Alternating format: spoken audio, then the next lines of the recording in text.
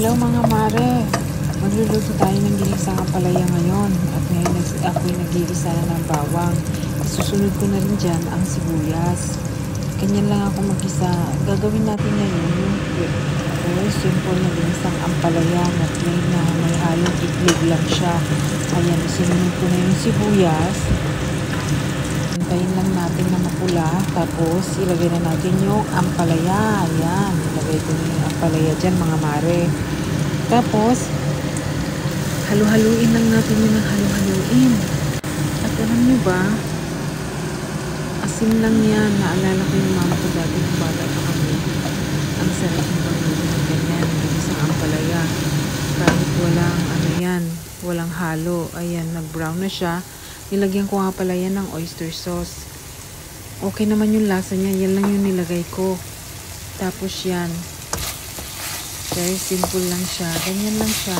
Tapos inalagay ko na yung itlog niyan. Pagkatapos niyan, hinalo-halo ko lang siya niyan. Tapos halo-haloin lang. Actually, ready na yan eh. Mas masarap sana kung plain yan. Kaso, kagabi kasi gumawa ako ng carbonara nila. So yung puti ng itlog, yan ang isang hinalo ko na lang dyan. Parang nag-additional na lang ako ng 2 itlog para panghalo doon sa kaya medyo marami ang itlog na nilagay ko dyan. Ayan, ready na siya mga mare. Masarap siya. Ang sarap. Gustong-gusto ko talaga itong ampalaya. Hindi ko nga pala ito pinipiga kasi ayaw kong mawala yung lasa.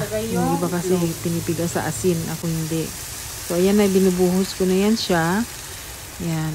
So, hanggang mag-ready na yan. Pada-dry lang natin. Tapos, ready na yan. Salamat ulit mga mare. Kain tayo nga pala. Luto na yan. Handa na ang aking pananghalian. Halo ko na lang siya lahat dyan. Since okay lang naman. Yan, ganyan lang siya. Diba?